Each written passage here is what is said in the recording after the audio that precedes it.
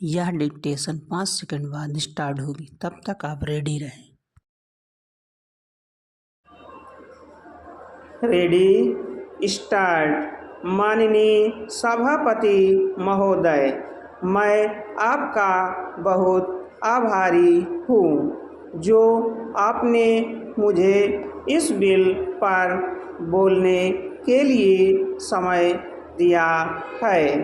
यह जो बिल सहकारिता समिति को एक समिति में भेजने का निश्चय किया गया है, जिस पर कल से बहस हो रही है, उस पर मैं आपके आदेश से कुछ कहना चाहता हूँ। श्रीमान, इस बिल को देखा जाए तो यह समझ में आता है कि यह कोई नया बिल नहीं है, बल्कि जो सन 1912 का कानून है उसी की लाइन पर बनाया गया है और कोई नई बात नहीं रखी गई है।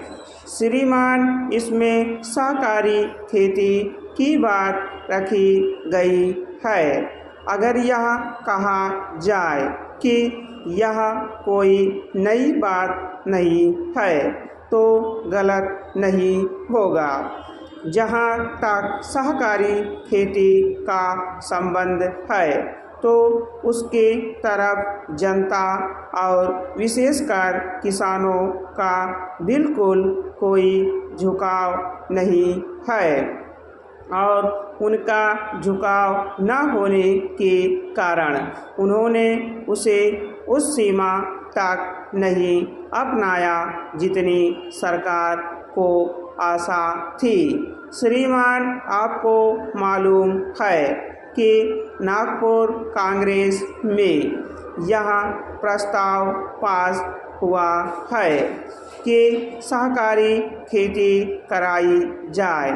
पूरे देश में इस समय इसका जोर चल रहा है और इसको लाने के लिए ना मालूम इसके कितने रूप रखे गए हैं। यह कहा गया है कि इसके अंदर कोई जोर नहीं है। अभी एक माननीय सदस्य कह रहे थे कि राजनीतिक पार्टी के लोग यहाँ पर सहकारिता के संबंध में कुछ कहते हैं और बाहर किसानों से कुछ और ही कहते हैं। वे किसी से यह भी कहते हैं कि तुम्हारी ज़मीन छिन जाएगी।